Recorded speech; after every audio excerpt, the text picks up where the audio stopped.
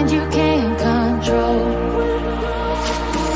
Running wild, can't calm down. My head is in the clouds. Gotta keep this feeling, keep on breathing, even if we're slipping away.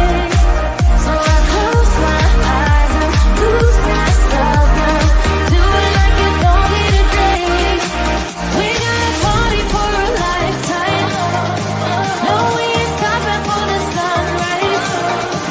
No, we don't care about the bad nights. Before a second I can feel like this. Make me feel like this.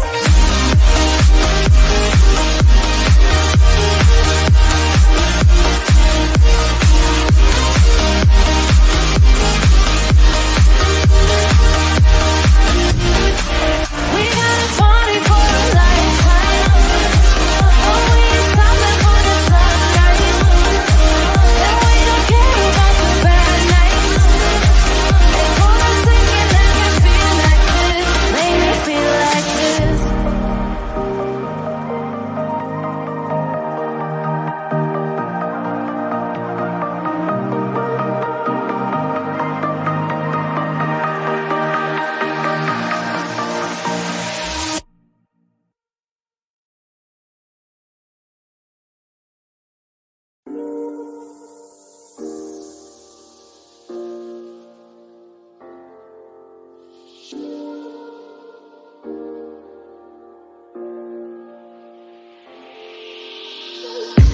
I'm on my last straw. I'm broken and I'm woken up. I'm done feeding your lies. I've had enough. I can't run your place in this faulty game. And all the words you speak mean nothing more to me. 'Cause I'd start over now. Rewind, and I won't let you go. I need you by my side.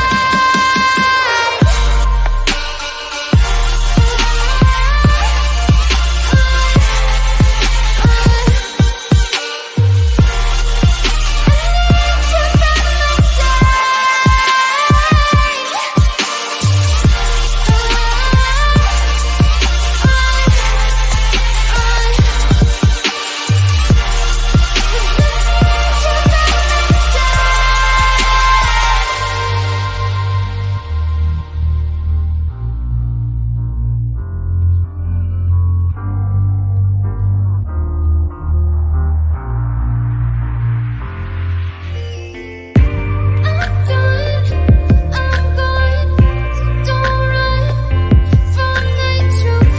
You're lost, now I know. You played me just like a flute. I still can't believe you had me on a leash, cutting all my teeth with all the lies you bring. 'Cause let's start over now. Rewind, and I won't let you go. I need you by my side.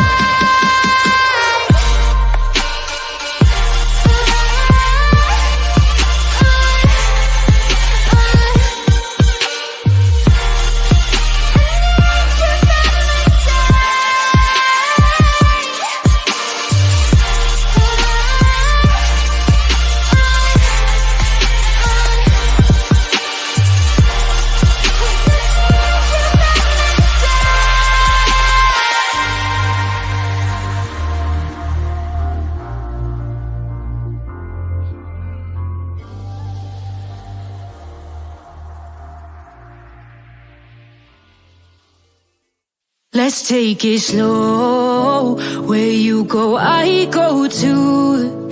And if you hit the bottom, I'm going down with you. Let's take it slow. Who cares where we gotta be? You know you'll have a good time wherever you're with me. Let's take it slow.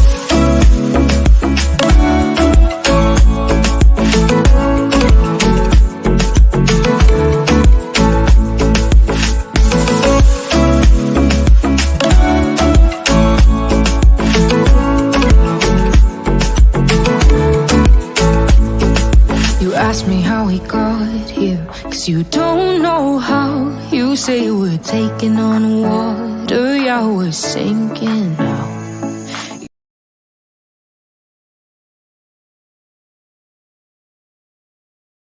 I'm muted. Hello, everyone. Good to see you all. Thank you so much for joining me. Appreciate your time. Today, we're going to be talking about Mica Miller, and I have a special guest, Nicolina herself. Hello, Nicolina. Hey, How's it going? I am well. How are you? Good, good, good, good. Your Uh, lipstick is fire tonight, as usual. Thank you. Thank you so much. This case is going crazy. It is. It's going crazy. For those of you that don't know, Micah Miller, she was a 30-year-old wife of South Carolina. She was married to a pastor, and she was found deceased April 27th, 2024, at Lumber River State Park in North Carolina. Her death was ruled a self-inflicted unaliving, starts with an S, ends with a suicide, by the what county is it? Robert Robeson. Robinson, yeah, county medical examiner, Yeah. and it has sparked significant interest and even more controversy. So her and her husband had filed separation. His name is Pastor John Paul Miller on April 15th, 2024. He was served papers on April 25th, 2024, just 2 days before her death. Mica has expressed to her sisters and others that she feared for her life and believed her husband was abusive. She specifically mentioned concerns about being followed and having her belongings and evidence removed while she was admitted to have be in a mental health facility. Mica sought a restraining order against her husband, but it is unclear if it was served before her death. All right. So, hey, Nick, what is this? What is this? Uh, what gravitates you to this? Well, I think a lot of it is that I endured very similar abuse with Mhm. my ex-husband. Got And you. most of you know in this community, I don't get into true crime. I will Mhm. support certain cases if it tugs at my heart. Right. Right. This this case or lack thereof, because it's almost a non-starter with law enforcement, but I will say this, thanks to social media, thanks to people that are covering this case, this has reached every part of our nation. Every news outlet, mainstream media is now covering this because of the true crime creators such as yourself and others that are covering this across every platform. I want to say this, and what I endured is clearly nothing like what Mica has endured, because she's no longer with us. But I do want to say this, no matter the outcome, her death was not in vain. It has opened up Pandora's box.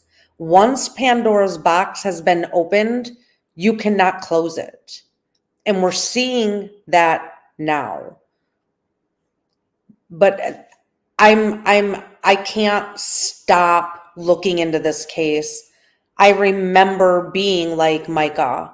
I remember not being able to speak up out of fear. I remember being abused in like every facet of abuse my ex-husband did to me. But I'm Yeah. here. I'm here. I can speak about it.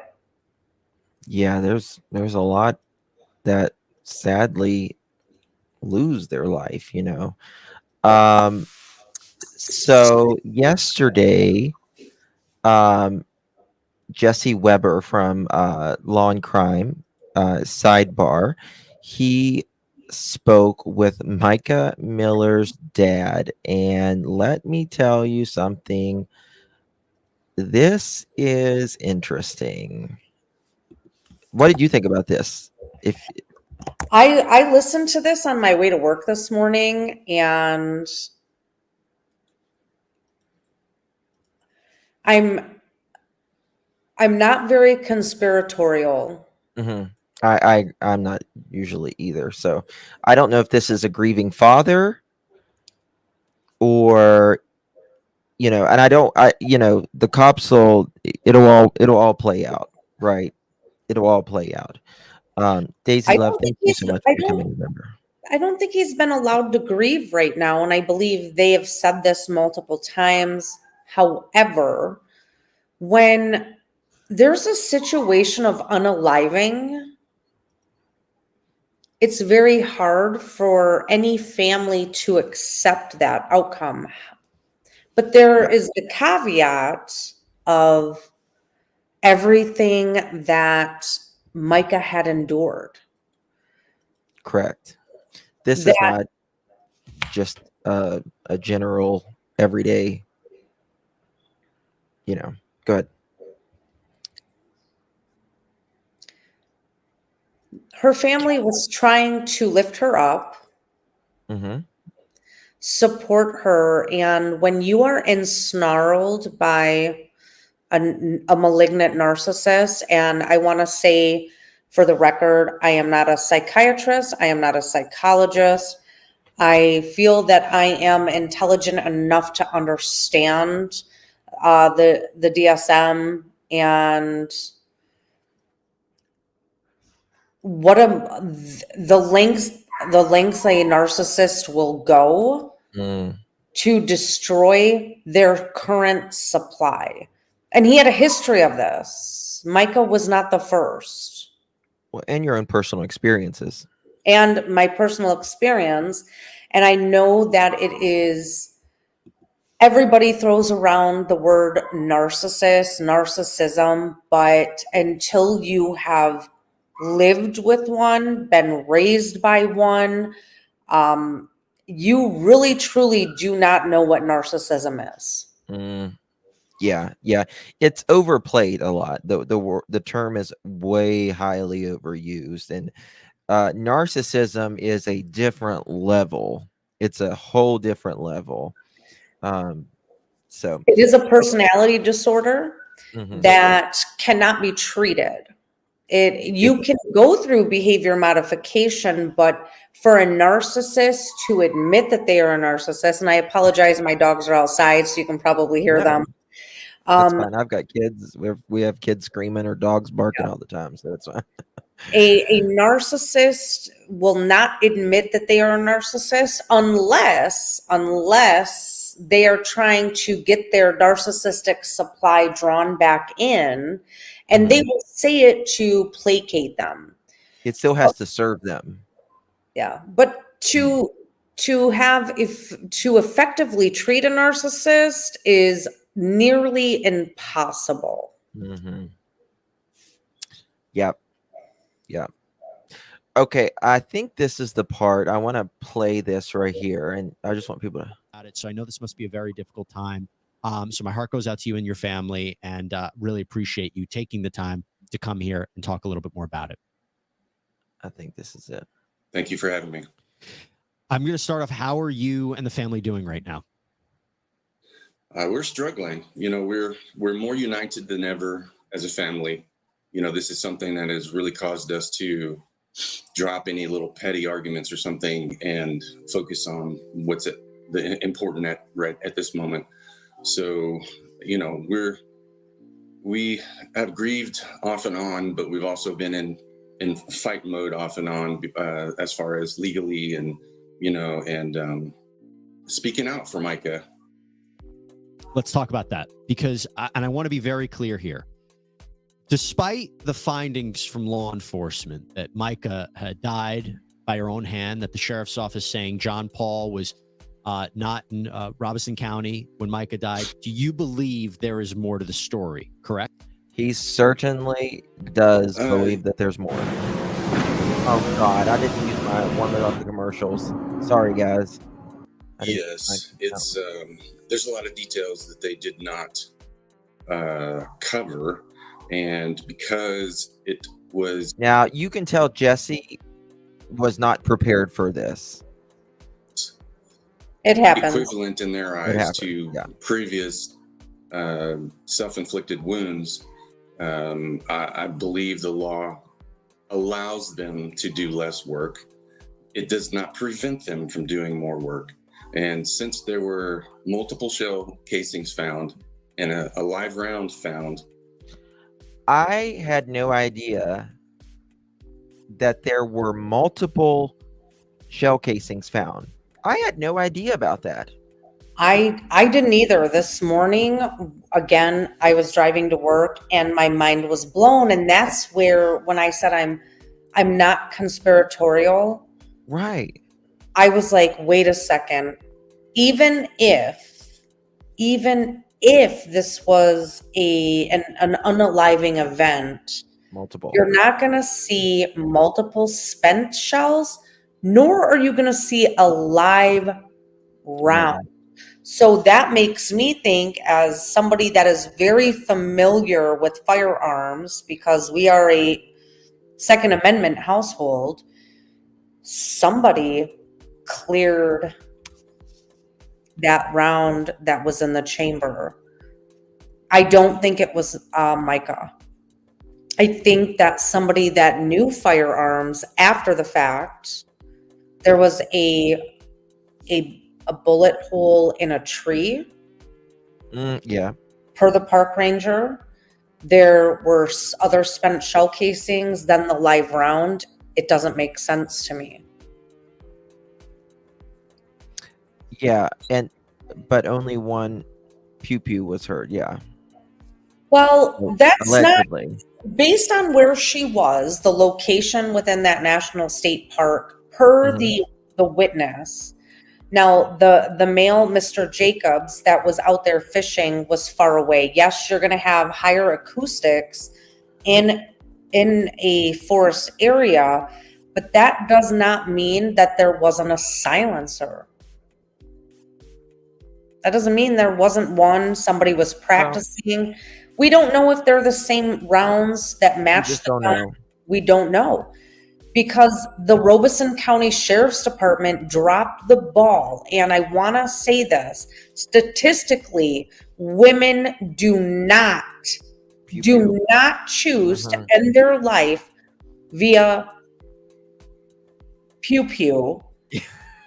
And I hate that we have to censor ourselves on this platform. But I know. And especially to the face, which would disfigure them from being recognizable. Yes.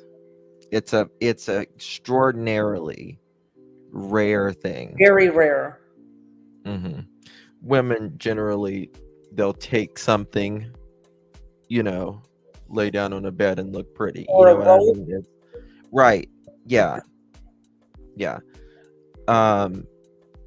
It's just a very rare thing. All right, let's it already didn't make much sense. So it would seem that they would automatically do a complete toxicology, not just blood alcohol, and a complete autopsy, which they did not do. And we're just devastated that they didn't, because John Paul rushed the cremation process. So listen, during the he wanted her cremated pronto. Absolutely. And I just cannot believe they let him. Sadly, because they were still married, and we need to have laws in effect that when there is a legal separation or a divorce filed, at that point, it should no longer be the husband or the wife that has any say. It needs to be next of kin, which is parents or siblings, blood relatives. Medical Because of, examiner, what's that? even like the medical examiner, like you can't do anything Yes. until, or the police, until this is done, Yeah. and now like she's dust. It's over as far as her remains. The only thing they did was a blood alcohol. They did not get to do drug Toxical, toxicology. nothing. My guess, based on what her father is saying in this interview, is they didn't even really take pictures of her body, and he did. They did when they got to view her body before she was cremated, saw the potential alleged defensive wounds, the bruises, and I don't even know if her hands were Uh, tested for gun residue we're at going to this. get to that. We're going to get to that in just a second. What was you saying, Nick? I Okay. was just saying that we don't even know if they tested her for hands for gun residue. I don't know. I haven't heard. They should be mandated. This should be like mandatory. Mandatory. I don't care if you 100% think that they did it by them, like slow it down. Nobody's in a hurry. You know what I mean? Except for her husband, or soon to be The ex-husband. briefing, we pressed pretty hard for more information and such, and the sheriff's office was trying to compress the briefing for us, and then they gave us a flash drive. It doesn't sound like Mica during the 911 call. She's so slow, and so but then later there are I haven't even heard them myself, honestly. I have someone who's going through all that for me and filtering the information, because otherwise, the more information I get that sounds off, the more furious I get, and I need to be able to focus and control my emotions. But there was screaming going on and such, and that's not something indicative of a self-inflicted. That's sounds like a fight. Now, I didn't hear screaming in the 911 call, but some people say they're screaming in the background or something. I don't know if all that's true or not.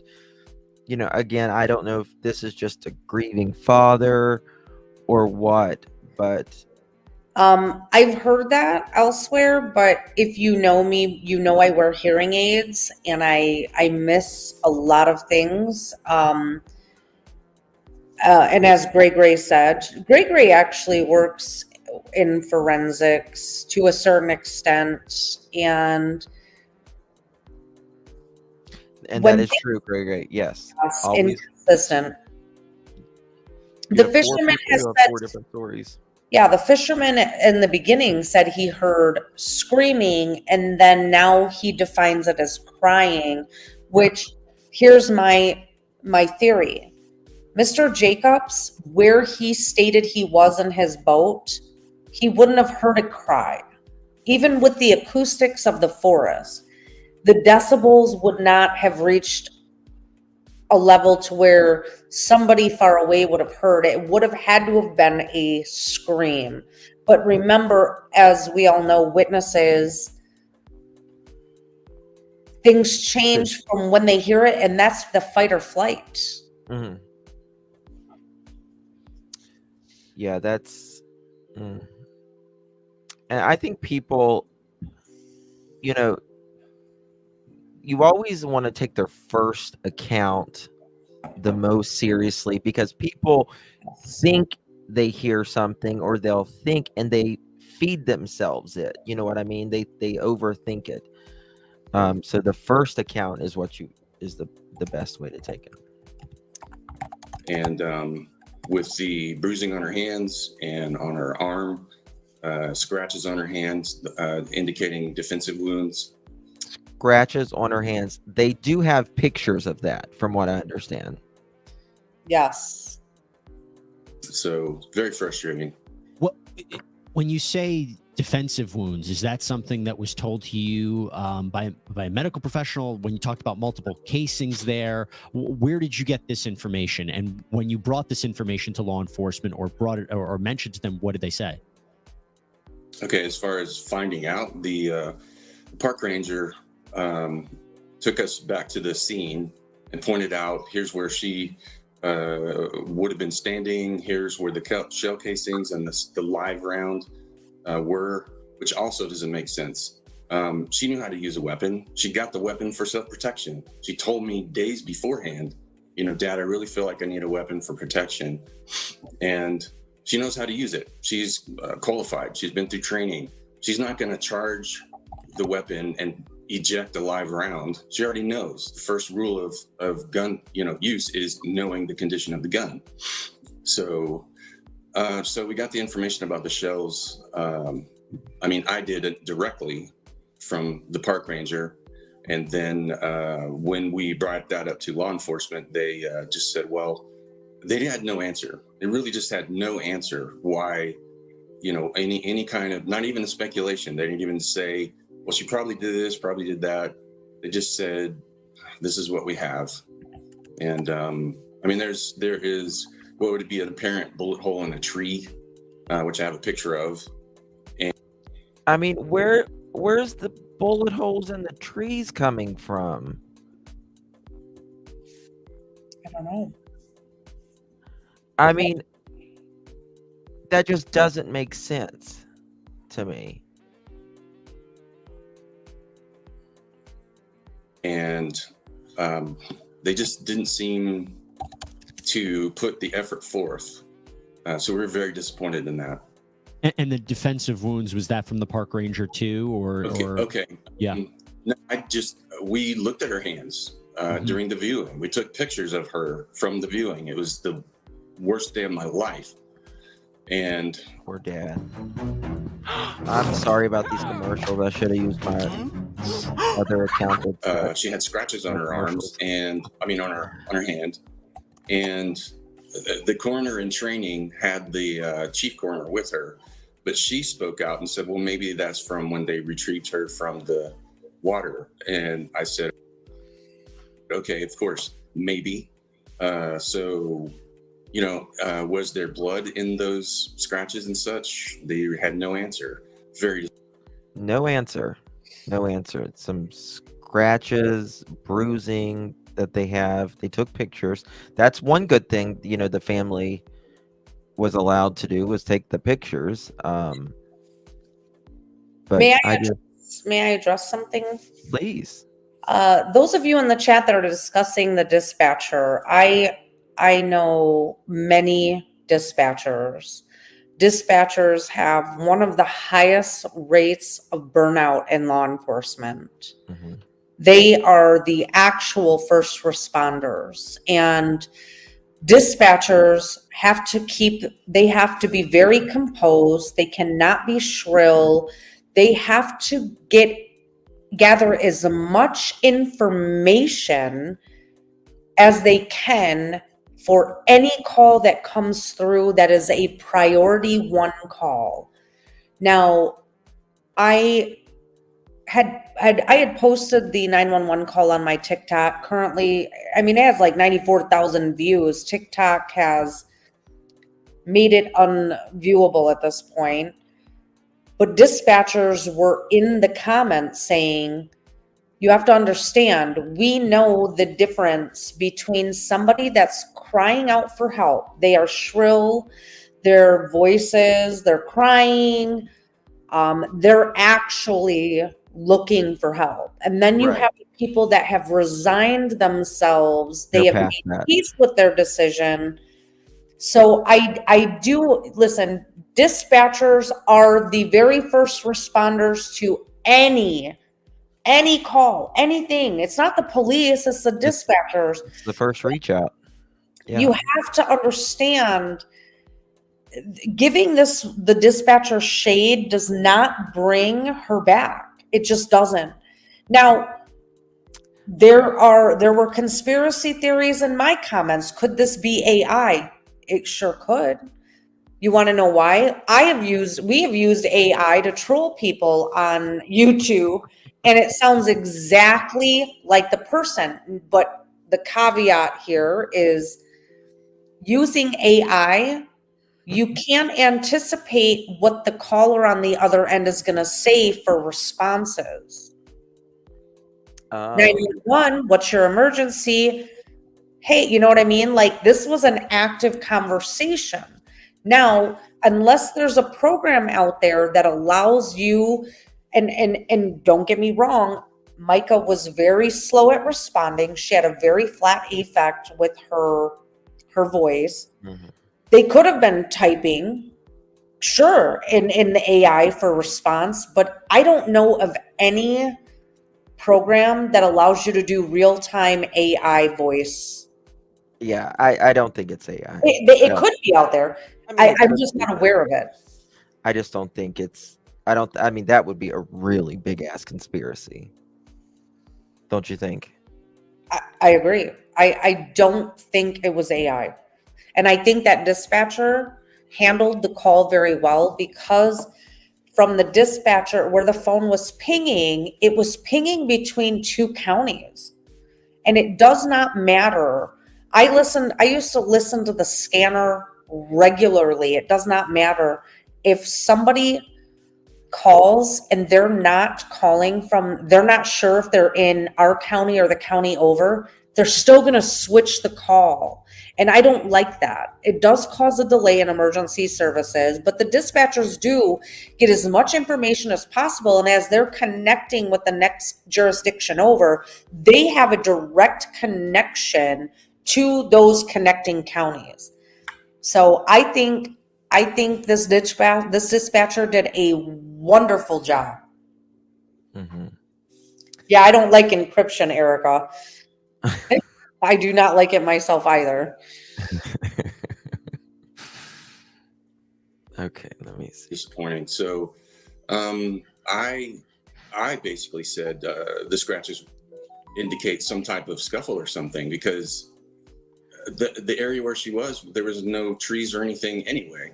There was no trees in the water. There was nothing there that would have scratched her hands the way they were. I mean, like Yeah. this. You know?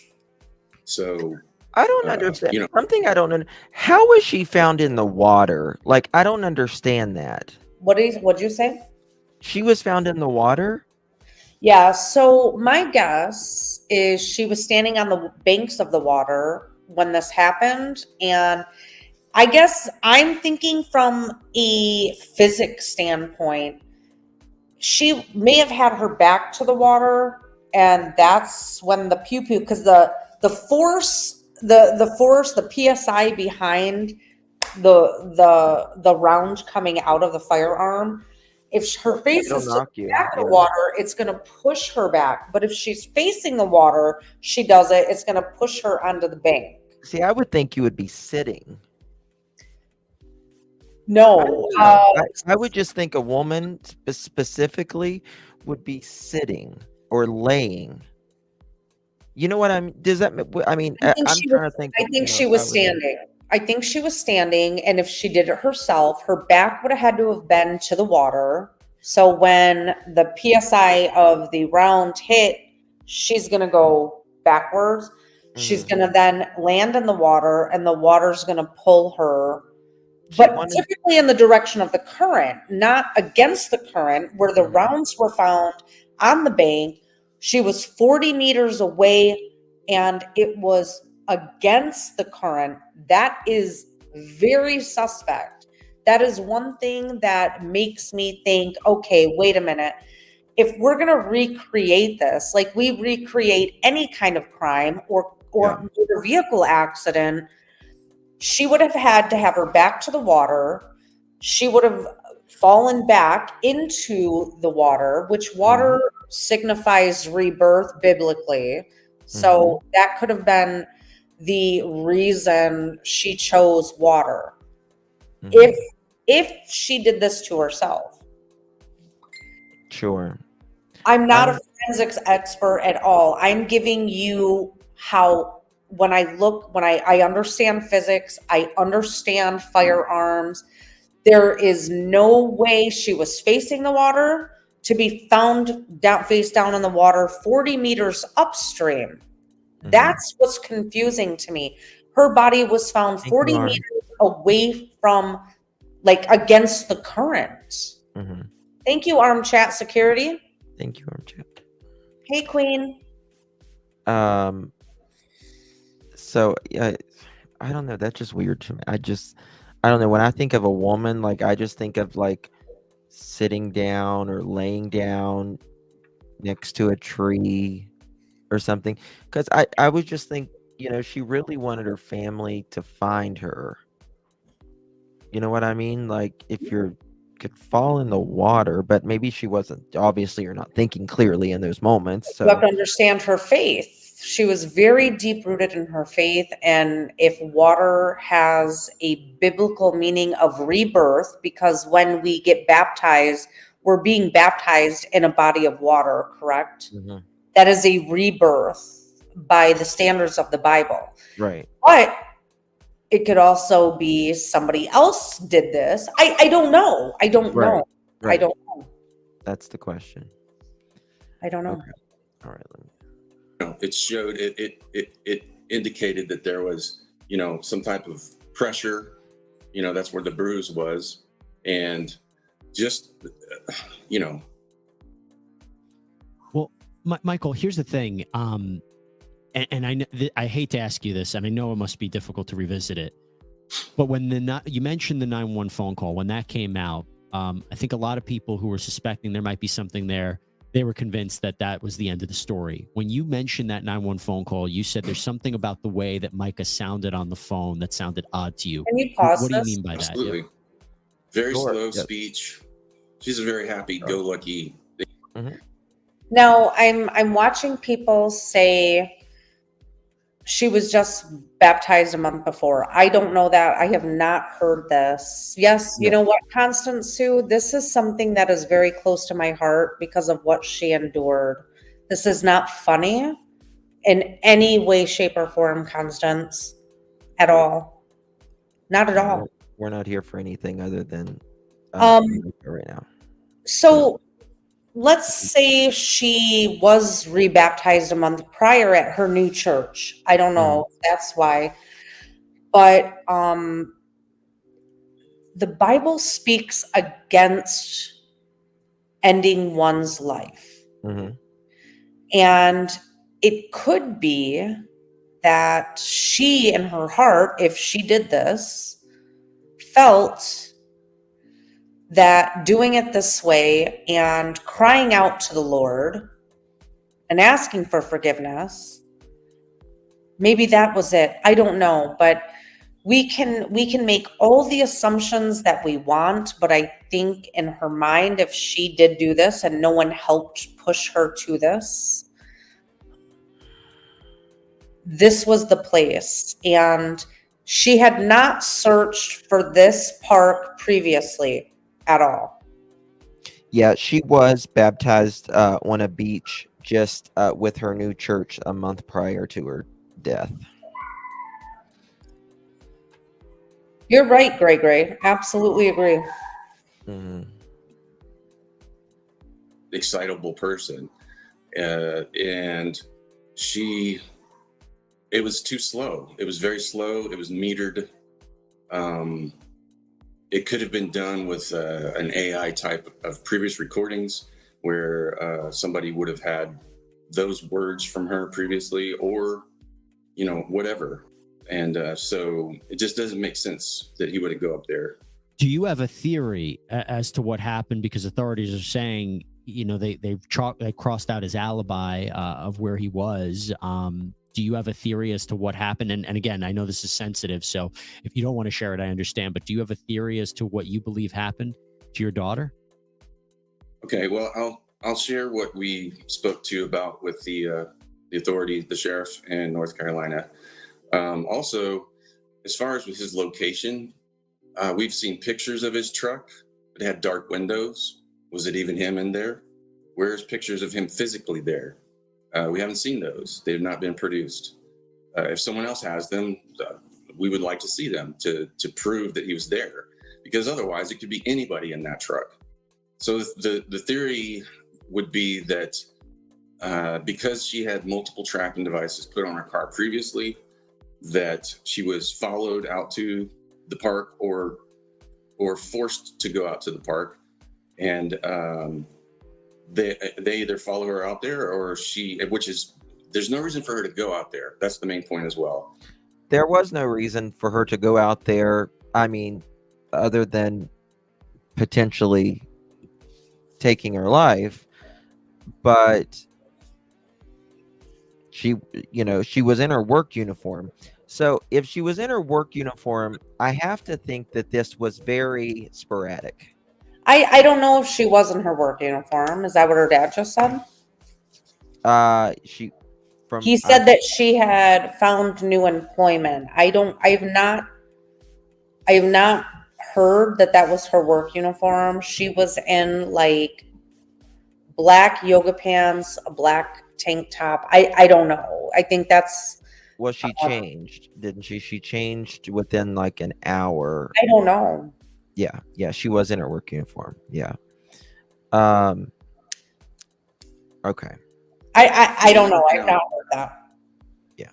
There, we don't go up there. It's not a family spot, and she was off the trail enough into a park ranger only area that nobody knows about, and so the theory would be that she it was either tracked, and then they said, well, we didn't find a tracking device. Well, they could have removed it at the park. When the car was at the park, and then it was collected by the authorities, they didn't check for a tracker. Didn't check for a tracker. Now, I want to say this. Which blew me. I want to say this. Mhm. You got to understand. Thank you, Robeson County was not aware, probably, of what was going on in South Carolina. You got to remember, this is South Carolina, completely different jurisdiction. I believe she was from Horry County, South Carolina. So Robeson County would not have known to check for one. So we have to give them that grace. Yeah, we have to give them that grace. That's fair. They had no idea. It's a completely different state. Yeah. Let alone, it may be close up together, but it's completely different state regardless, and they're not going to have access to the 911 call log. So anytime you're within the same county or state, you can actually search a database and find out what he said for some reason only super chats I'm getting to choose from. Oh, I don't know. That means they wouldn't have the database to search her name to see all of that because it wasn't another state, which is another conspiracy theory point on this side, that it was chosen to be in another state where they wouldn't be able to see all of the police reports with the 3 to 4 different GPS trackers. That's interesting. That's very interesting. You mentioned that. I never thought of that, but yeah, it would be a different state. So that could have been that. Now, if I'm looking at from I'm saying conspiracy theory standpoint because we don't have any other proof at this point. Right. I'm not discounting that she could have been a victim and this could have actually been a 187, okay? But if I'm going to do something this depraved, I'm going to do it in another state where they don't have access to records within the state where all of the reports have been made. I'm going to do it in a very secluded area where it's off the beaten path. But again, we have video of her in a pawn shop buying a firearm. Now, she told her dad she was buying one for protection? How do we know someone didn't already communicate with her to meet them in this spot? Not JP, but maybe somebody else that she thought she could trust. A 187 is the ending of a life. That is the term for, that's the Murder. that's murder. They could have lured her there under false pretenses, and she wasn't certain if she could trust the person luring her there. Perhaps. Again, this is just the conspiracy theory in my brain working. In my mind, they said, oh, we have all the evidence and everything. We asked them, was there a tracker on her car? And they said, well, we didn't check. And we were flabbergasted. This happened over and over during that interview. Why didn't you check that? We know that there was 3 or 4 trackers put on her vehicles. Why wouldn't you check to see if she was followed? They said, oh, there's no cameras, but we know she wasn't followed. Her car is just out here. And I said, well, there's no trackers. They said no tracker. I said, well, they could have removed it after they did the deed. So then Mica's mother, Angelita, she said, pretend this is Mica's hand. And she asked me, grab this hand. And then she pulled it up, and said, it looks like someone squeezed her hand and raised it up and shot. And there are defensive wounds from it and such. And that's the general idea of our theory, that somebody crushed her hand to hold the gun up to her head while she's fighting. Either them or someone else held her other hand or her other arm back, because there's bruising on it from squeezing. And they forced it to look like that was self-inflicted. And a couple of rounds went off during the scuffle. One ejected was live. And then it finally happened the way they would want it to happen. And then dumped her in the water, probably 40 meters away from where the shell casings in the gun was found. The water doesn't flow there. It's a slough. It's still. It just sinks. And it actually flows when it sinks, when it recesses, it goes the other direction from where she was found. So her body, even if it was put in the water right there, would not have flowed the direction where she was found. It would flow the other way. So it would be possible that the incident occurred right there, and the shell casings, and then the gun was dumped in the water right there. And then she was carried farther 40 meters back into a little bit more secluded area where she was found. So Sierra Francis now joins the conversation. This is Mica's sister. Sierra, thank you so much for coming on. As I told your father, so I wanted to show y'all that. Let me pop this stuff off. Okay. Well, little G, that's another thing that I was thinking. What if the 187 happened prior? And I know we have video and footage, and I know we have photos, but what if it happened an hour earlier and those fishermen didn't hear any rounds from that firearm? Mm-hmm. Sally, I am completely obsessed with this case because I was married to somebody like John Paul. Mm-hmm. Here's some text. He was seen here just, I guess, earlier. Oh my God, I was just waiting for my oil change and watching a TikTok about him, and he turned around. When he heard his name, he started shaking. And did you know that he traded in his truck this week and bought a new one? Yes. I know if I was grieving my husband, Frank, I would be catatonic, Justin.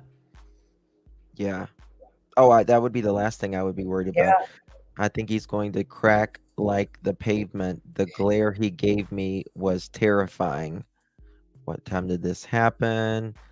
1:14.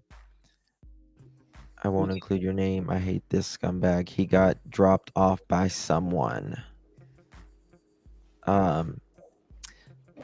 He does. The attorney does. Attorney what? The attorney, Tom Winslow, owns 160 acres of land right near that area. Mm-hmm. That's interesting, isn't it? Very. So there's that. What's this receipt? That is, I believe, where she went to get a drink at the gas station. What's the date? Yep, that's the gas station receipt. Okay.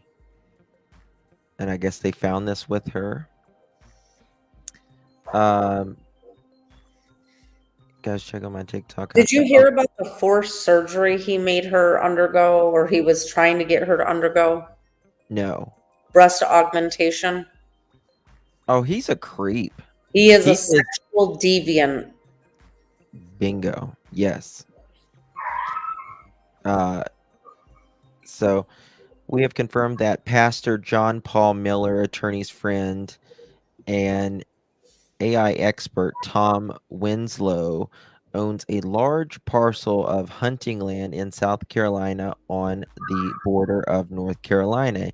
It just so happens to be 15-minute drive from where Mica Miller body was found. So there it is. Just saw a video on YouTube that John Paul Miller lawyer. Okay, yeah. So there's that. Here they are. Right. This is one of her.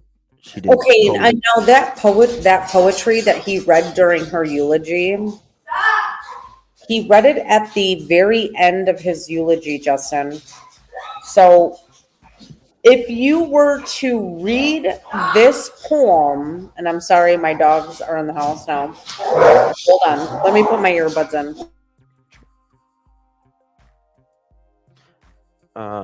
She was beautiful. She really was.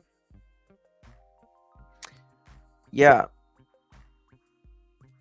So if you were to read that poetry first and then watch his eulogy from the beginning, it's almost as if he had to read the poetry to conjure up his memories for what he was saying at the beginning. It was so disingenuous. It was the cringiest thing I have ever watched. It lacked emotion. He was completely inappropriate from an emotional standpoint. I do want to say that people do grieve differently, but this was so disingenuous and cold that there was actually somebody on News Nation last night that is a body and emotion expert, and he said this guy is not grieving at all. Oh, He read this poem at the very end of the eulogy, and hearing him reading it at the end, I was like, wait a second. That's exactly everything he just described for the first 30 minutes of the eulogy. it's called Crush Forever. It's a movie in my head, but I wish it was real. I see you on the playground, tell you how I feel. You give Wait, me a playground, because she was 14 when they met. Oh, I see. You give me a tiny field flower that you picked days ago, and I say I was scared, but now I know. We grow up slow, but the days go fast. The crush we have still seems to last. Our friends would go poke fun. They'd say, she's not the one. You should try some other guys. Maybe your feelings will change in time. But we stick together, hoping this could be forever. Passing notes in school just isn't enough, and keeping our hands off each other is tough. You see mine and I see yours, then we blush and quickly pull up our drawers. Kissing all night under the stars, we have a secret place we like to just call ours. A house made of sheets and a rope and sticks, but to us it feels more lasting than bricks. He read this at her funeral. I know. It's redonkulous. Now it's college time, but we both know that's dumb. We go our separate ways. We're having too much fun. Driving until there's no more road, singing Garth Brooks and Billy Joel. So we we do what we do best, driving, singing, play. We see every famous landmark along the way. I look up in the sky, so happy with my life, and a plane flies by. Mica, will you be my wife? A moment of destiny I couldn't have planned better, that I get to marry my crush forever. I want every single one of you after this live stream to go to Fit News, FIT News, and watch the full eulogy. Start from the beginning. Everything he spoke about in the eulogy is in this poem. And then he read the poem at the end. This is the cringiest thing I have ever heard, because she was 14 when she started going to his church. Crappiola. One second. I'm gonna switch it. We can watch it later. Okay. What is this? What I got here? The actual truth about to come get. He put this on his TikTok, but he closed it last night, by the way. My name is Jenny, and I've known the Miller family for over 25 years. My mother was, all caps, very close to the Wayne Miller and JP. She taught at the private school and Bible college. I attended the school and church from 2001 to 2005. My mom stayed connected to them and continued to teach the college. She also conducted Mica and JP's marriage counseling.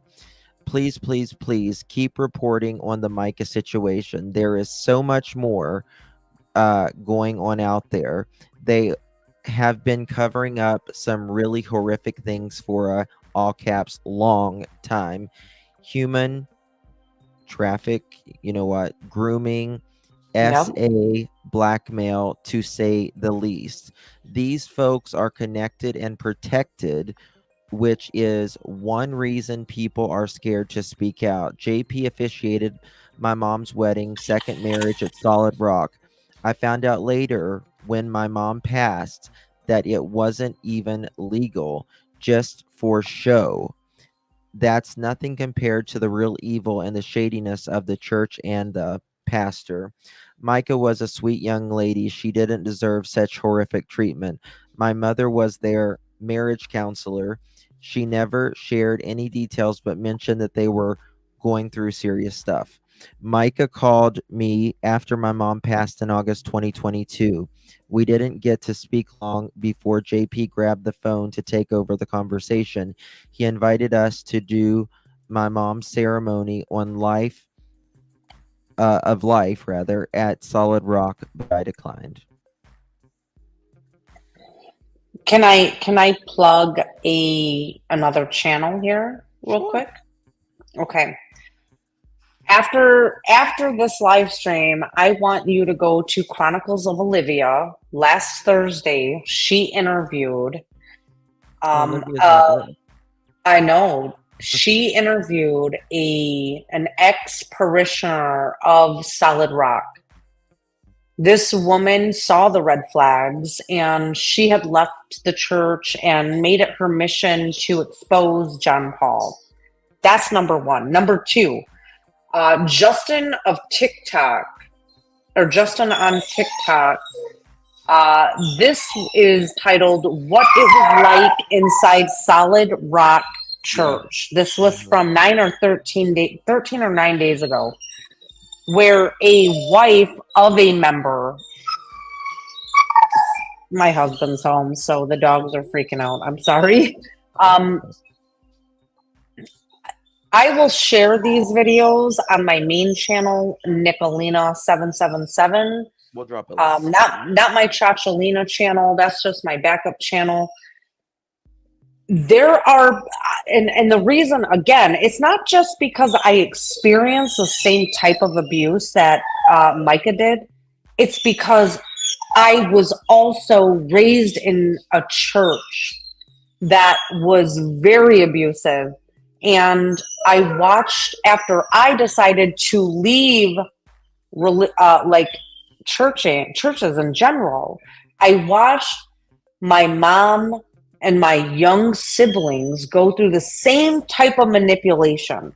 You're demon filled if you don't become a member, if you don't tithe enough. I'm telling you, it's manipulation by narcissistic or sociopathic pastors, and they weaponize the Bible to try and control you and your wallet. And it's a group of them that does it too, It is a group. Absolutely. It's these. Absolutely. Let me tell you something. These ministers nowadays that are, it's all about prosperity. You give me, 10% of your earnings, your household earnings, and you're going to be blessed. My mother, her bank account was fleeced for thousands and thousands and thousands and thousands of dollars, and my mom is bipolar with borderline personality disorder, and they convinced her to go off of her medications because she didn't have enough faith in Christ, and she was a woman of the world because she lacked faith. If she was more faithful to the word of God, she would suddenly be healed of bipolar disorder and borderline personality. I think they want you off of it too, so you go, crazy, and they'll get you more money from you. Listen, I attempted through the court of law to become my mother's financial guardian. And during that time, pastors still had heavy influence and in the community, and I was denied helping my mother and protecting her finances. And unfortunately, this was and still is the way of the world in America. Joel Osteen's horrible. He's a heretic. I only have a few more minutes left because my lovely husband just got home. If we want to bring up... Yeah. Okay. Let's bring that up. Okay. Let's... this... All right. This is important to me because since the beginning of this devastating loss of life, and I'm going to say it again, no matter how this played out with Mica, her death is not in vain. This opened up Pandora's box. It is exposing John Paul. It is exposing his father. It is exposing the church. It is exposing dirty politicians that are a part of the congregation. You have to understand there are police, judges, people that run mental health facilities that are parishioners of this church. It is alleged that a parishioner of the church runs the mental health facility where she was involuntarily admitted to. And that would not pass the smell test in our state at all. Not at all. Can you hear me okay? Because I've got my earbuds on. Okay. So it's been said since day one that JP has 5 kids. Everybody has assumed that Allie, his first wife, was the mother of all 5 of his children. That's it. You've got what we need up. That is not accurate. I don't have the second part up. I have 2 parts. It's all right. You know what? If you don't even want to put it up, I can even read it from my phone. Sure. Little G, shout out. She's in the chat. Little G is one of the best researchers in the true crime area. If you want something, guess who's going to find it? It's gonna be my girl, Little G. Gonna be my girl, little G. So we found out today through the sidebar Mhm. video that JP had 3 felony charges of assault and battery with intent to do great bodily harm. One of those, he had 500 hours of community service, fines, which vacated his, he wasn't going to do jail time. They expunged it. Now, sidebar said it was pardoned. Only a governor can pardon a crime. It was a expungement. So you can petition the court to have your criminal record expunged after so many years of keeping your shit together. JP Miller has 5 kids, not by Allie. He and Allie married in 2000. They have 4 children. They divorced, separated in 2015. What you see on the screen right now is a letter that is part of a custody lawsuit between a woman named Lene and JP Miller in I always pronounce this county incorrectly, Horry, South Carolina. And the case number is 98-DR-26-733. His oldest son is named Logan. Logan was a product of a teenage relationship in high school between JP and Lene Hardy. I can read this to you, and no, it wasn't. Was it closed or was it pardoned or was it expunged guidance?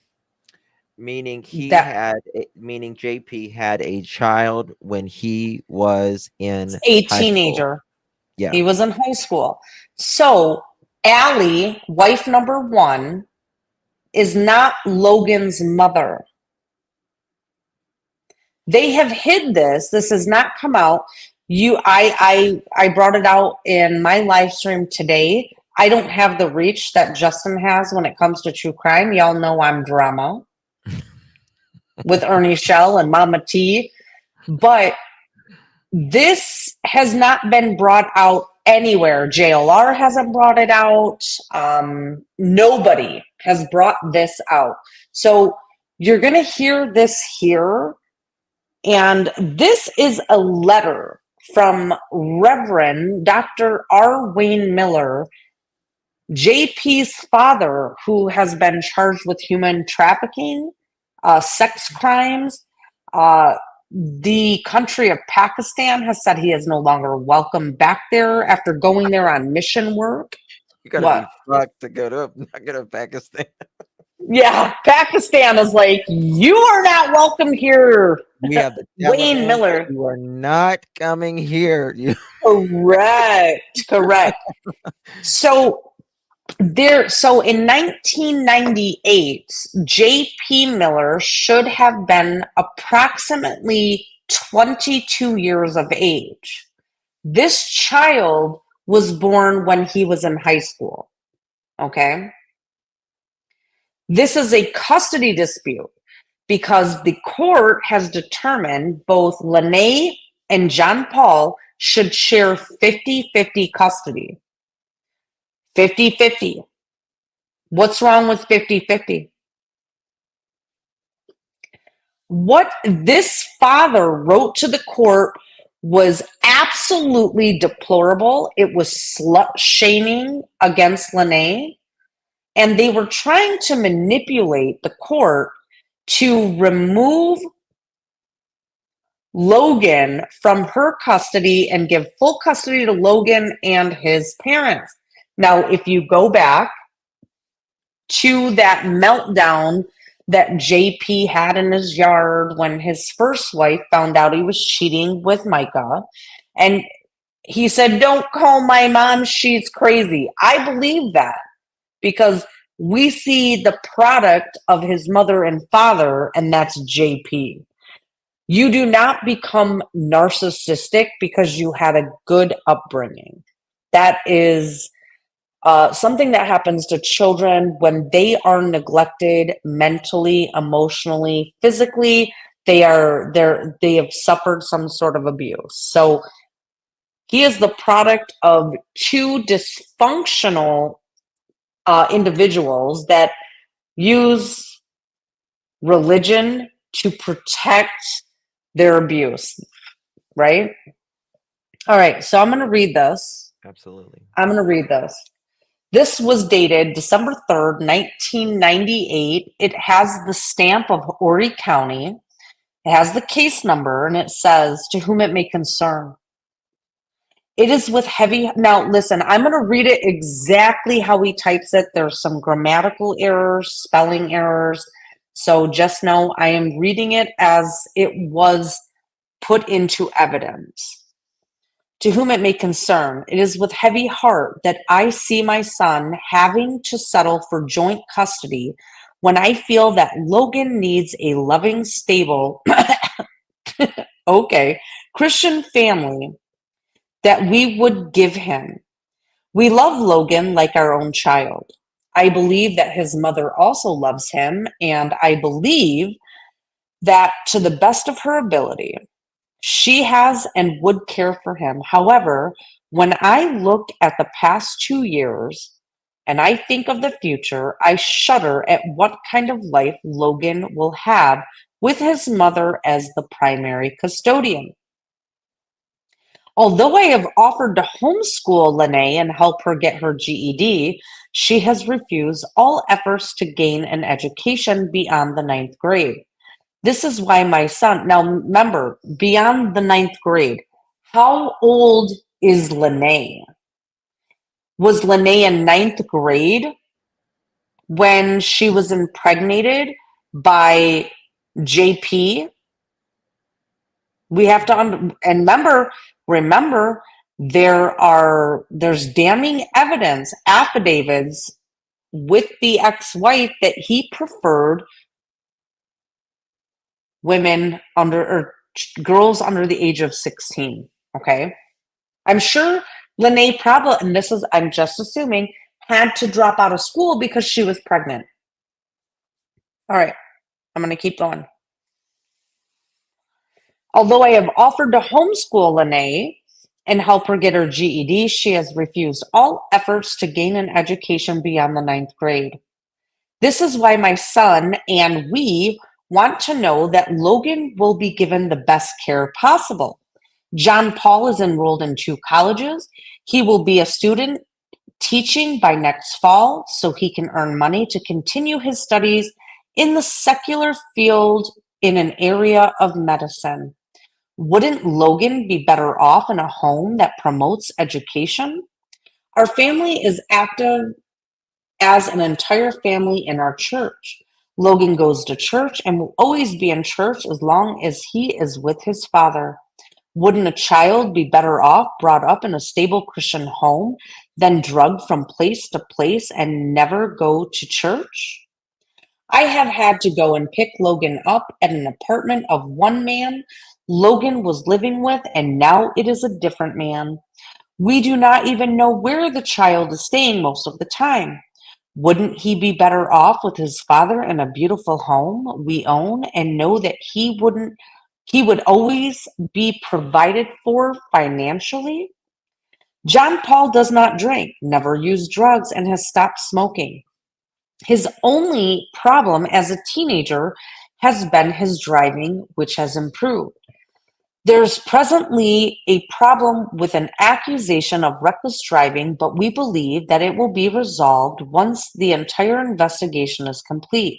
We feel the charges with either be dropped or he will be found innocent. This is the only problem he has ever caused us.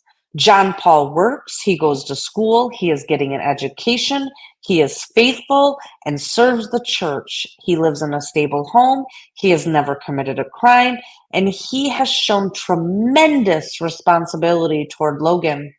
From the very first, he and we began to support Logan. Even while in high school as a senior, he worked to help support Lene and Logan.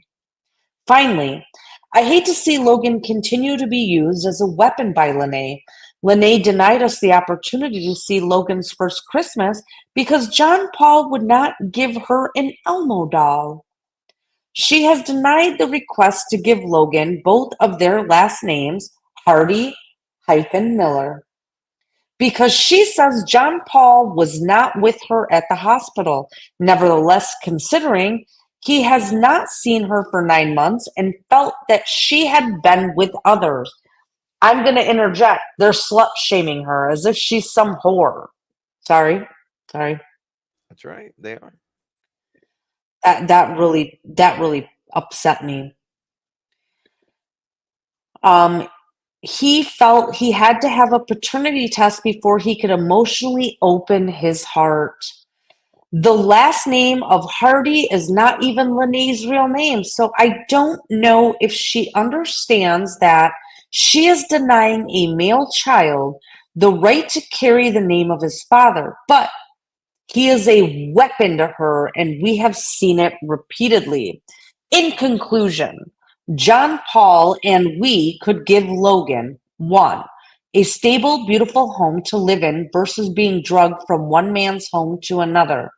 Again, trying to assert that she is loose, fast and loose. Two, a first-rate Christian private school educated versus a family that has shown. He didn't complete that sentence. Number three, a Christian home with a Christian life versus no church life with a mother. Four, a financially secure future with his own bedroom and an identity of growing up in a nice, safe neighborhood versus not knowing where he will sleep from month to month. Number five, Logan needs the last name of his father. Lene will never understand with her lack of education, maturity, and knowledge of psychology just how important it will be as a male child for this boy to have the identity of the name of his father. You would think that Lene would want what is best for Logan versus considering her feelings. We offered a $50,000 life insurance policy on John Paul for Logan to insure him the funds for a college education if anything happened to John Paul, but Lene refused it unless she was the beneficiary. Why would someone who cares more for himself or herself than the child have custody? I deeply regret that this child is being robbed of so much, but I can say that to the degree that Lene and the courts will allow, we will do everything possible to see that Logan, our only grandchild, has everything that we can give in love, care, concern, and financial resources to see that he has a healthy and happy life. Sincerely, Dr. R. Wayne Miller, Senior Pastor, Cathedral Baptist Church, President, Cathedral Bible College, Headmaster, Grand Strand Academy, President, Myrtle Beach Ministerial Association. I am disgusted by that. That is terrible. That is basically, someone said it, they're poor, we're not, we're the right way, they're the wrong way, they're sluts, we're not. Yeah. That's basically what it is. Now, mind you, JP had premarital sex, being raised in this Christian home, right? Right? Yep. But was Ninth JP grade? was JP admonished? No. They are punishing Lene. I believe Lene finished 9th grade pregnant. He was a senior. In that letter, he talks about JP supported Logan as a senior. She did not get to finish high school, probably because she did not have familial support. But everybody assumes all 5 children are between him and Allie. Wrong. He had a child as a teenager. And what did these churchgoers do?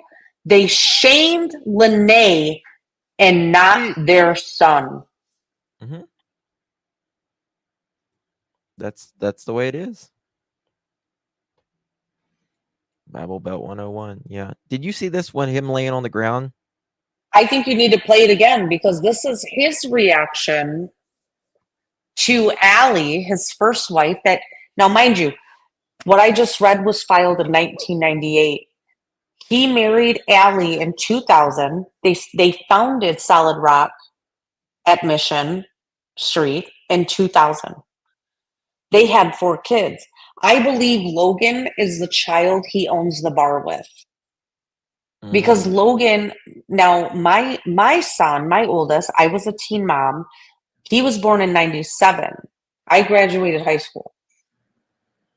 Lene didn't have what I had, right? Right. This child should be 28 to 30 years old. I would say 28 because that would put him at 17, having Logan. It sure did, Mohawk.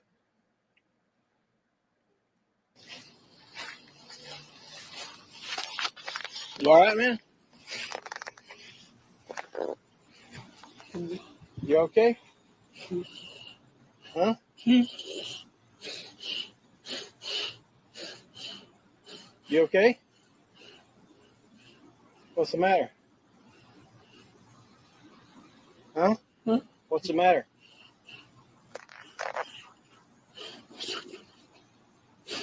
Switch my medication. Makes me go crazy. Is somebody helping you? I think Mark's coming to get me. Oh, okay.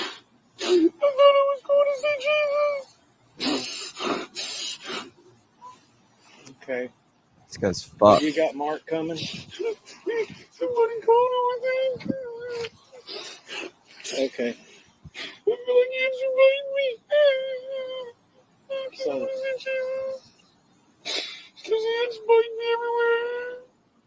Is your medication something they gave you? Yes, it was drug. Yeah. Can you want me to make sure Mark's coming?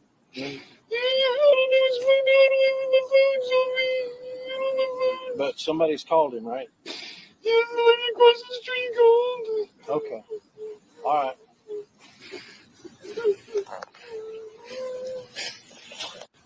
Hey, JP. I think Mark is coming. Mm-hmm. I had him try to get in touch with him again to make sure. Is that okay? Huh? Ants fight me. There's ants all over me. Feels like there's ants on you? There's no ants on you, though. It's just, maybe that's how you feel, but there's none on you. There's none on the grass.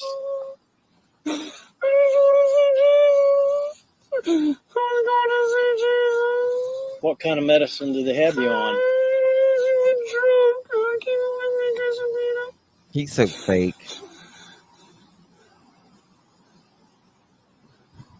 All right, well, somebody's going to come, okay?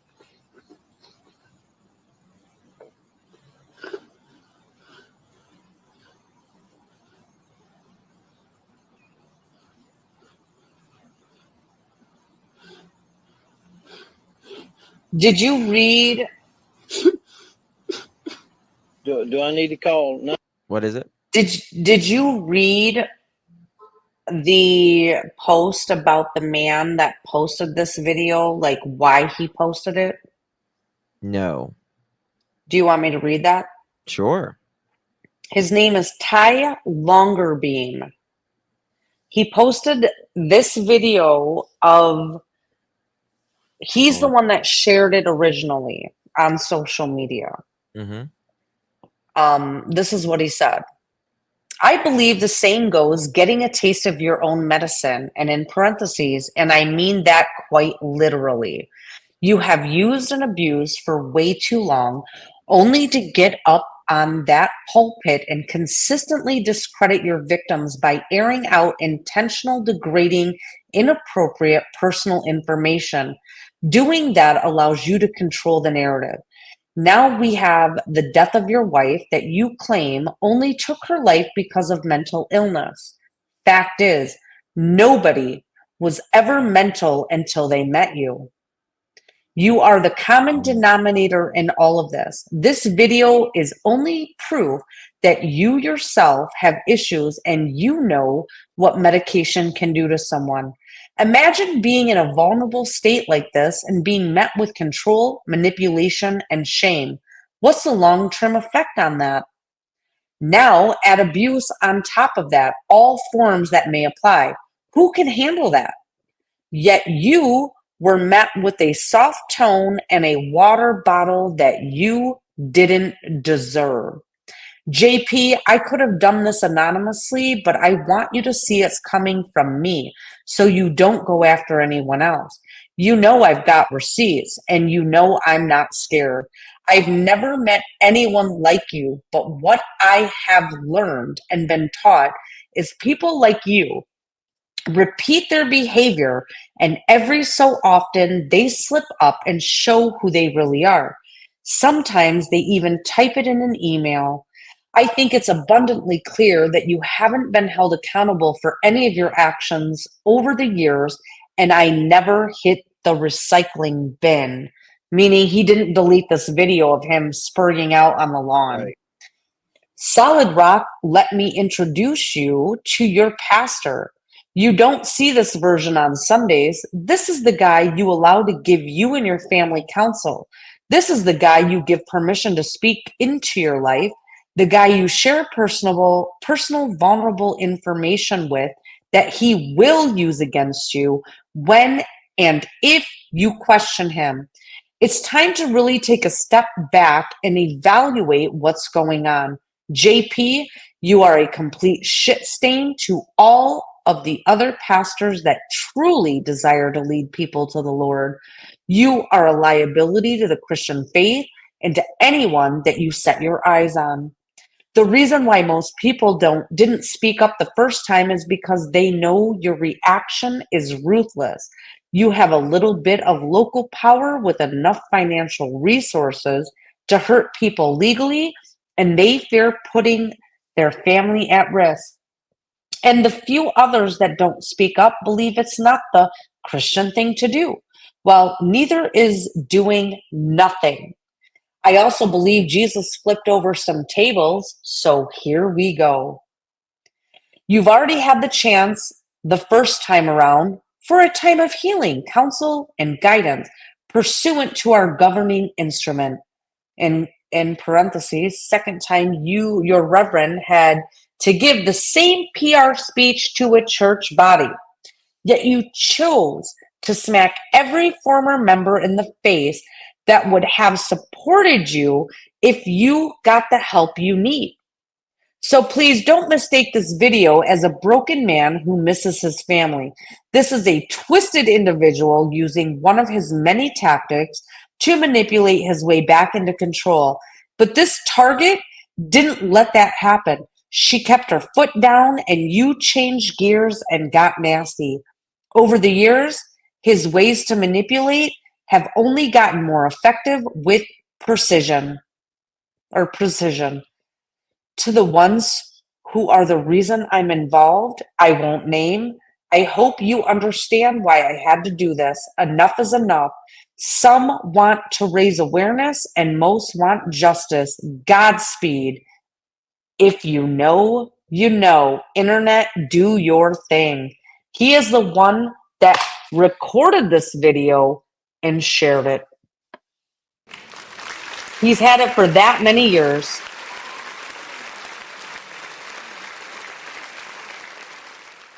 This man's name on Facebook, I will show you here because this is a public post. Oh, shit. You can't see it. It's Ty, Ty, Longer Beam, Longerbeam. Here it is. Yep. Yep. Mm-hmm. Yep. That's This is just Yes, he did, wise gal. Yes, he did. Thank God he did not hit the recycle bin on that video. that's a great comment. He knew he'd need that someday. There's those people out there, you just know it's coming. It's just a train wreck you're waiting to see. So I do want to say this. JP is trying to flex what little muscle he has left, and he is threatening content creators and mainstream media with lawsuits. And this is what I say: bring it on. Yeah. Bring it on. You can't sue all of us. You- You I can't. mean, it's a free country, of a right to your opinion. Can I just say this is making me actually listen to Christian music? I don't know if you guys are believers, but Thank you. Casting Thank you. Crowns and I love casting um, crowns. oh, I do too. I can only imagine. I can only imagine That was such a big what song for it'd me. be like. That, listen, I'm gonna say this every day of every week. While Micah might not be with us, and it is terribly sad that it came to this, He's welcome here. We'll talk to him. He'll talk to us. she opened up Pandora's box and it cannot be closed. There's going to be justice. And it may not be for her death, you guys. And I'm saying this as like a closing argument because I do have to go, and I appreciate you, Justin. Of course. A lot of men and women alike have suffered the abuse at the hands of a narcissist, not at this level, but enough to where it has made you question your sanity. It has made you paranoid. It has made you anxious. It has made you walk on eggshells. It has made you apologize when you're being gaslit. This is something very near and dear to my heart. I am not a true crime creator, but I am going to see this till its end. I do not think he will unalive himself because he is a narcissist, but he may. There is help out there. I want you to know, if you are in a position, if you're in a relationship, if you need help, reach out. You can reach out to me. I can help you get the resources that you need. I want you to look up the term gray rocking a narcissist. That is what saved me after being brutally essayed in my home, with my children in the house, my children's lives being threatened. There was so much that I endured. There was a time that I wanted to drive my car at high speed into a tree, and never once in my life had I ever had suicidal ideations. But in that relationship, Justin, I did, because I didn't see a fucking way out. Yeah, you don't see a way out. So if you are in a relationship this highly manipulative and abusive, there is help out there. There's help out there. It doesn't matter what your abuser does to package himself and present himself. Narcissists need to be adored. Hence, him being at the pulpit. There's a way out. There is a way out. Thank you, Justin. I'm going to go. My lovely husband, who is nothing like what I have endured, is home, and I do want to have supper with him. I appreciate you. I appreciate your chat. Thank you Bye, so much. guys. Here, I'll talk to you soon. Bye-bye. Wow, that reality wins. Us that have been through a narcissist relationship, please know you are not alone. We who have been through it, reach out, and we are here.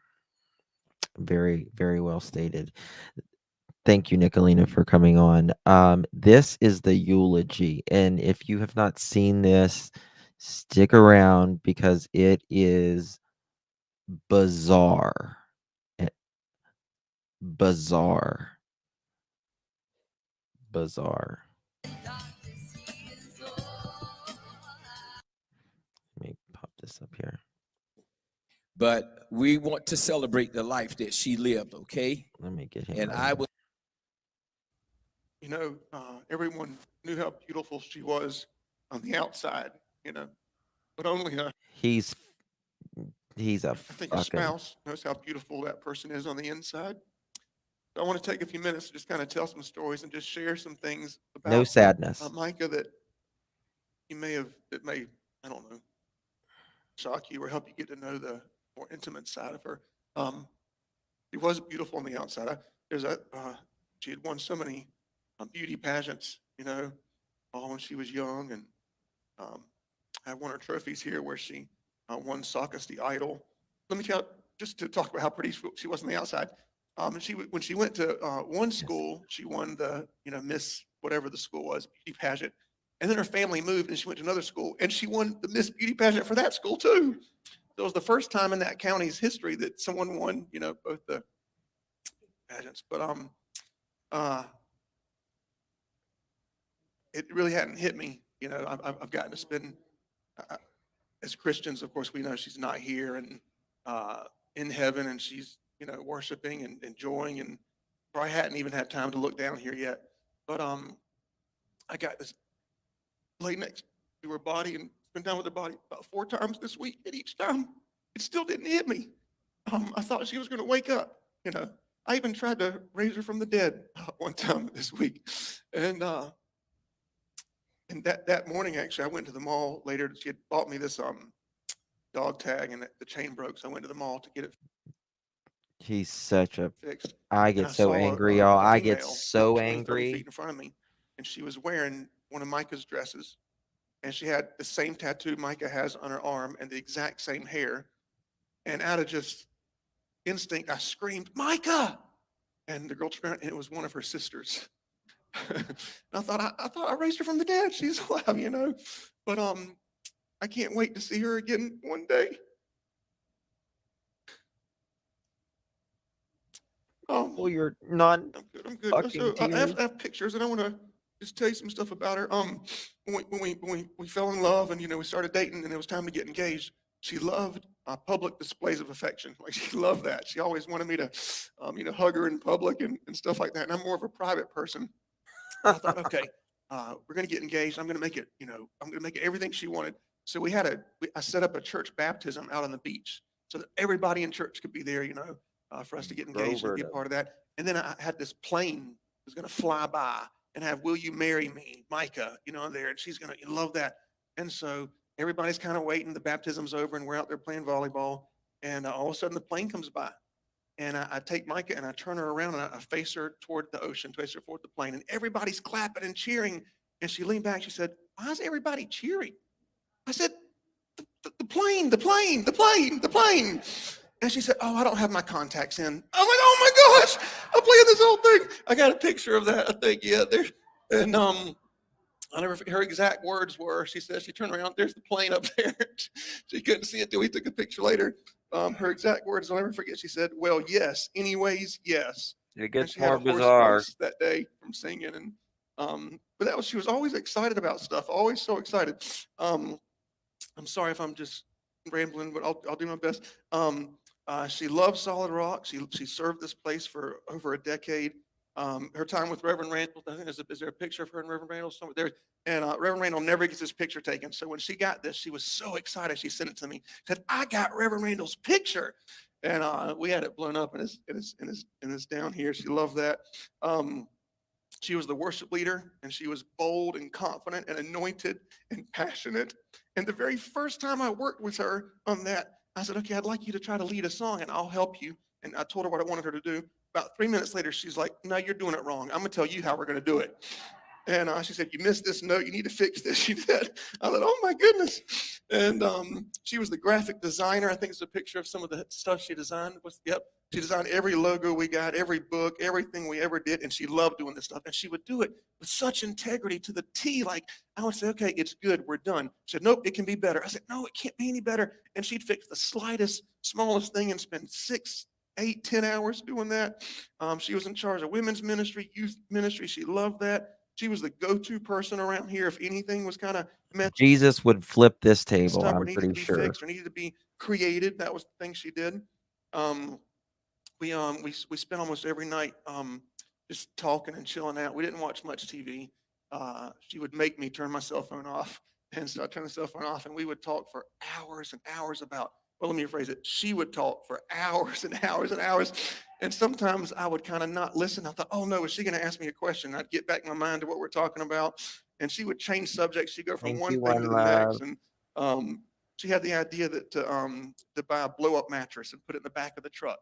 And so we would do that, and she would make us hot chocolate in these in the coffee mug things that don't get cold. And we'd go park somewhere around here where there was no lights or no houses, and just lay there and look at the stars and talk for hours. We probably did that hundreds of times over the past several years. We'd laugh a lot in the house. Our house was very loud. It was very loud, with kids and that such. Whatever Screaming room all the Mica was in, fucking you could time. hear her in the whole house. She'd start singing about something or come up with an idea, and everybody could hear. And one night we were going to bed. It was like midnight, and normally she falls asleep first, but I fell asleep first this night. And I don't know why I started talking in my sleep. And the sentence I was saying as I was talking in my sleep, I said, "Why are you talking in your sleep, stupid?" And I did that, and then I woke up, and she said, "Did you just say, 'Why are you talking in your sleep?' In your sleep?" I said, "I think I did." And she laughed so loud. We talked about that one thing for the next 3 hours till 3 a.m. We were stayed up just talking about it. Um, there was a time where for several months I got into those Pitch Perfect movies, the ones where the girls sing a cappella, and I thought Micah loved it. So we watched them like almost every night. We were watching a different Pitch Perfect. Then we rewatched them and rewatched them, and Me it too. shocked me. But after 15 times of watching the movies, one night she said, "I don't like any of these movies." And I said, "Baby, you don't?" I said, "Why didn't you tell me?" She said, "I knew you liked it, and I didn't want to, spoil the thing." I said, "You could have told me we'd watch something you wanted," but that meant a lot to me. What's the next? Oh yeah, there's designs. What's the next picture? Love you, Canadian Okay, so she cookie. loved to Thank you, travel. sweetie. Loved to travel. I can't Thank you stand so to travel, much. but she loved it. So we go wherever she wanted, and we went on a mission trip to Jamaica. It was like a 10-day mission trip, and we were in the jungles of Jamaica, and we're helping these other pastors and leaders. And there's churches that don't have ceilings, and churches that are out in the woods. And it Y'all was remember that letter he sent her about going to Africa and stuff? She already had her so hot, like furniture 110 and stuff degrees. We're sent there. sweating at Not furniture, everything but we all of her do. stuff And sent after there about 5 days, to I said, rub it "Honey, in. maybe we can just go home early. And I know this is horrible. I'm so sorry that you came to me with this. I'm so sorry." She said, "Are you kidding?" She said, "I love this. This is great." I thought, "Oh my Lord." And she loved all the mission stuff, places where you had to use the bathroom in the woods or places where there was no air conditioning at all. She loved that kind of thing. Until towards the end of the trip on Jamaica, one of the pastor's wives pulled a mango out of a tree, and she had never had a mango before, and handed it to her, and she bit it. And here's what happened just a few minutes later after that. She's so up on the mission trip. Let's see, what's the next picture? Puerto Rico. So she loved Puerto Rico. She'd ride horse. She loved adventurous stuff. Like it was always something really adventurous. Riding a horse. What's the next one? Riding a four-wheeler out in the woods. What's the next one? Doing some kind of thing with the rope she wanted to do. And all these things scared me. All these things I would tell her, like, I don't think this is safe, honey. Like, I'm a lot older than you. I don't know if I should be doing this. What's the next picture? She wanted to do the candlelight thing out by the ocean. She loved that. She loved nature. She loved nature. So we went to Mexico. So my boys, the ones that were in college, they said, "Dad, we're going to Cancun on spring break, with all of our college friends." I said, "Okay, have fun." Micah said, "We should go." I said, "I don't know if we should do college Cancun with all the college kids," but we did. And we were on a bus with all these college kids and going to do different things. And I'll tell you a great story about Mexico. One night, her and I, we were riding on a moped, This is her just eulogy. just looking at Just everything wait. around. And there was this hole in the wall, like looking nasty restaurant, and it said on there, "Tonight karaoke." And I said, let's just check that place out. And we went in. Man, it was packed. I mean, Mexicans everywhere. You look, not a single white person, not a single black person, and none of them spoke English. We couldn't even order the food because everyone was Spanish, and they were up there singing karaoke, all Mexican songs. And I said, honey, go see if there's a song in English that you could sing. She said, I'm not doing that. I said, no, you'd be great. So I went up there and I signed her name, and I put that song Sunday morning. And next thing I know, and this place, I mean, it is packed. People are standing up. There's no seats. And they said in broken English, Mica Milar, Sunday morning or something like that. And so she gets up there, and as soon as she starts singing, the whole place just stops and does this. And I thought, oh no, she was right. They're not going to like her. As soon as they get to the chorus of Sunday morning, everyone in the restaurant stood up with their beers and started singing in broken English with her, the chorus of Sunday morning. When she got done, they all screamed, trying to tell her to stay up there. So she sang another song. Then they wanted to stay there. She sang another song. She sang 5 songs in a row in English, and every one of them sang the songs with her. And that was a great memory. She loved that. What do we got after that? Disney. She loved traveling anywhere. And I said, put me in a wheelchair because I can't I was walk thinking another the same foot. thing, She Bray. loved it. What's the next one up Same there? thing. So any picture you see, it was her idea to take the picture. I'm not a picture guy, and if I'm in the picture, she would tell me how to stand, how to smile. If it wasn't good, she'd delete it and say, we're redoing it. She'd get tourists to take our picture, and I say, okay, thank you. She said, oh no, this isn't good. Give it back to them, and they do it again. This is coming from a guy who literally made her get a breast augmentation for a specific size, a specific look, but she told him to stand a certain way, look a certain way. And but she told me she was so Triggers me. creative. Everything she did was God, so it creative. What's triggers the me. next picture? What's the next picture? She'd stop. We'd be on the way to like a show or something. She said, stop, I got to get a picture. I said, we're going to be late. She said, I don't care. What's the next picture? Next picture. It's the creepiest. So one of the things she did for me is I'm a comic guy, right? So this is things she did that was just out of the givingness of her. She dressed up like Mystique, the last one. So the next picture, she loved this picture. She thought that was the funniest picture in the world. And when her and I take it back to the other one, I want to see it. When we go places like this, everybody asked to have a picture with her. Everywhere we went, they asked to have a picture with her. Okay? Next one's a Spider Girl picture. She did that, and I'll show that. Okay, keep going. Wonder Woman, that was her really favorite. quick. Everybody knew her as Wonder Woman. Oh my goodness. Okay, what's after that? In Bermuda, she loved Bermuda. That was a picture of that. Next. Oh, so okay, so Mica loved doing dangerous things as well. So she loved skydiving, and she would beg me to do these things with her, and I said, I'll never. I have children. I can't do this kind of stuff. You know what if something happens to me? And so I said, I'll do indoor skydiving, right? So we took the boys, and we didn't. But even I decided not even to do that either. I said, I'm gonna stay on the ground. But we did that many times. So this is the day she decided to jump out of a plane for the first time. She did it several times. Wish it would have been But this him without a first time, parachute, my allegedly, in stomach my was in opinion. knots. I was in the bathroom. I'm texting her, please don't do it. I don't think you should jump out of the plane. This is not something that humans should do. Here she is, how excited she is. I'm about to jump out of a plane. I'm drinking a coffee. And that was pretty much her life story right there. She was so excited, man. She jumped out of a plane many times. What's the next picture we got? Oh, there's the boys are so funny on our vacations. What's the next one? She was all big into tattoos, and I cannot stand tattoos because they hurt and I don't like pain. And the first time we went, she had gotten the 2 crosses, and she begged and begged and begged for me to get the matching tattoo. So we went to the tattoo guy, and I said, listen, I don't like pain. I said, can we start with the smaller one? That way, if it hurts too bad, we can just stop there. And I discovered that while I was doing this and not looking, she was telling the guy, start with the big one. And so we started with the big one. I was like, oh my goodness. And then after that, I discovered this numbing cream you can buy online where you can put on you and you don't feel the tattoo. So after that, I said, okay, I'll do whatever you want. And so we had our marriage vows. And there was the next one after that. Oh, so Africa. You know what? Before I talk about that, I want to talk about something else. So she was the greatest gift giver. All my life, I never enjoyed birthdays or Christmases. I thought it was a waste of money, waste of time because someone gets you something, thank you, and you don't. But she was so thoughtful with her gifts that when we got married, I would look forward every birthday and every Christmas, just waiting to see what she came up with. And amazing gifts, amazing gifts. But one of the greatest gifts she ever gave was so special. I'm a comic book collector, and you get them graded, when they're worth a lot of money. And rarely do you see a 10. Normally they're 9.8 is the best you can get. And my favorite female character is She-Hulk. And so for the past few years, she would go and she put herself as She-Hulk on there, created this whole thing, Gotta be the painted little herself and did bitch, this in my outfit and opinion. all, and would make these comics for me. And that just meant so much to me. We had them displayed in the house, and she was just the best gift giver in the world. And I guess one more thing I'll say, and then Time for a fake I'm so cry. sorry that I'm nervous. I'm so sorry. I still, it hasn't really still hit me yet. She would write poetry. Here it is. And I thought, what kind of woman, writes poetry? Watch this. Watch And this. she just write poetry.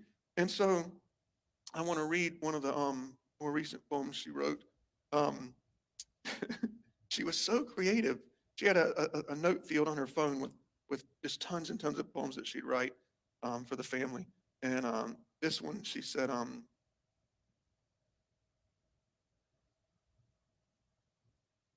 this one was actually a birthday present she gave. She said, "It's a movie in my head, but I wish it were real. I see you on the playground, tell you how I feel. Give me a tiny flower that you picked days ago and say I was scared, but now I know. We grow up slow, but the days go by fast. This crush we have still seems to last. Our friends would poke fun. They'd say she's not the one. You should try some other guys. Maybe your feeling will change in time. But we stick together, hoping this could be forever. Passing notes in school just isn't enough, and keeping our hands off each other is tough. Kissing all night under the stars. We have a secret place we like to call ours. A house made of sheets and rope and stick, but to us it feels more lasting than brick. Now it's college time, but we both know that's dumb. Why go our separate ways when we're having so much fun? Excuse me, I can't see. Driving until there's Oh, man, no can't more see. road, singing Garth Brooks and Billy Joel. So we do what we do best, drive, sing, and play. We see every famous landmark along the way. I look up in the sky, so happy with my life, and a plane flies by. Mica, will you be my wife?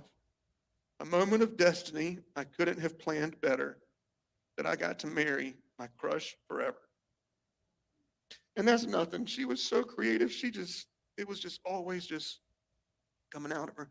Um, the Africa school, she always had different ideas. She'd come home with a different idea every other day. I want to create a water bottle. I want to, make peace in the world, like these different things she'd come up with. And some I was taught through counseling to just say, let's pray about it for 2 weeks and then we'll talk about it.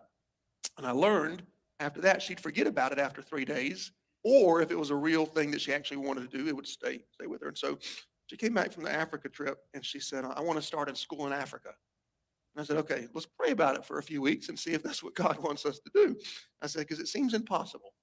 It's not like you can talk to the Africans during the day because the time difference. So you have to send them a message and then wait another day and they return and wait another day and all that.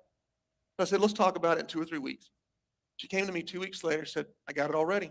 I have somebody that's going to make the food. I have the teachers we can hire. I have the price of what it's going to be. I have the location. I have the transportation. I have everything we need, curriculum and all. I said, how did you do? She said, I've been working hard. I said, okay, then I said, let's do it. We'll do it. And our goal was 50 to 100 kids. And when we sent our team just a few weeks ago, there were over 300 children that came out of the woods, literally just started walking from miles away just to be part of the school that Mica made.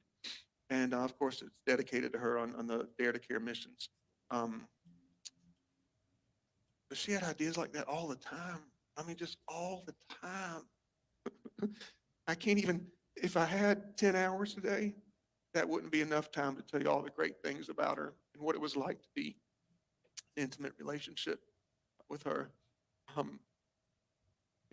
still can hear her voice and I can still picture her just walking in the front door. And I think that might be, so I'm gonna close with is there any more pictures I forgot? Is that His it? mother chicken. Oh, there's the picture of the family. Yeah. She was a great stepmom. In fact, she did so much work with the kids all the time. She was the one that would always help pick them up from school and get them It's great. food. And she'd take Salem, my daughter, all the time to get their nails done or to go to Lululemon or all these special girly things, And I appreciated that from the very beginning. Not once did she ever complain about um, me having 5 kids. I can't believe. I just can't believe. So we're gonna close with a parody. It's funny that we're showing the parodies because she didn't really like doing them, but she did it because she loved the church. And we'd be at home working on a parody, and she'd say, "Let's work on this new worship song." I said, "Oh, I really like the parody. Let's do the parody." And that meant a lot to me that she was always willing to do those. So we're gonna show one, and then after that, Reverend Randall Right, Tracy? will pray. And this was my favorite parody that she did. I have nothing. I want to hear this strong, like it's just me and her in here. They'll shut my thing off, I think, if I do.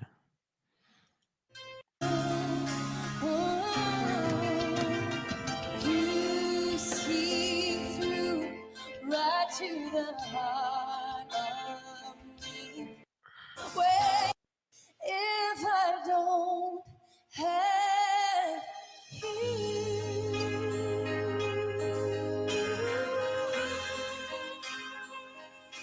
if I don't have you.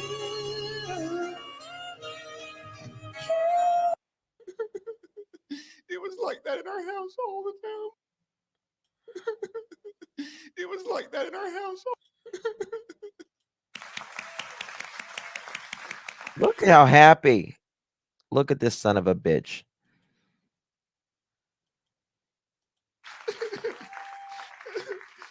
Imagine being married to that. It was like that in our house all the time. Y'all stay on your feet, and Pastor Randall's going to close in prayer. We'll play a song as we exit, and if you would like to, if any of you, That's close like to a Mica Bill would like to gather in Clinton the fellowship giggle. hall, there'll be food and refreshments. Thank you. It's a Bill Clinton giggle. And if any of you want any of these pictures, feel I'll free. sign them and you can get them for $10. Let's pray. Father God, in the name of Jesus, God, we thank you, God, for this time. God, we thank you for allowing us the opportunity to share this time with I'm going to Mica clip as it. she was here. Oh, God. God, I pray now, Lord, It's as we clipping. close No this trust. celebration of life, I'm God, that you clipping that take us mother safely chicken. now to our different destinations today. Continue to bless this ministry and strengthen it, oh God. We lift Pastor Miller up before you now, oh God, that you will pour into him, God, that he will be strengthened in this season. We thank you, oh God. We ask it in your son, Jesus' name. Amen. God bless you, and may God keep you is our prayer. You can't have the comics, but you can look at them if you want to. I'll let you take a picture of these if you want.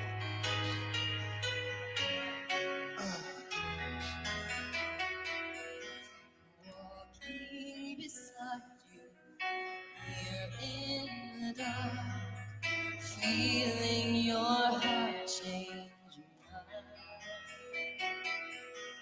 That's very sad. Very sad, man. Very sad. It's fake as shit. He's fake as shit. Guys, thank you so much for being here. I appreciate you all. Josh from the lab is going live now. He'll be live with Chris McDonough from the interview room and Dr. I forget his name. Sorry, Doc. I apologize. He'll be there as well. So head over to the lab if you're interested in Dr. Gary. Thank you. I was trying to think of his last name. But he will be live over there talking about Sebastian Rogers. Should be a big crowd over there this evening. So should be starting right now. Thank you all for being here. Special thanks to Nicolina. Thank you, mods, members, chat. Thank you all tremendously. You could have chosen to be anywhere, but you chose to be here. I appreciate that. You have a lot of options on YouTube, and I appreciate your time. See you later. Good night.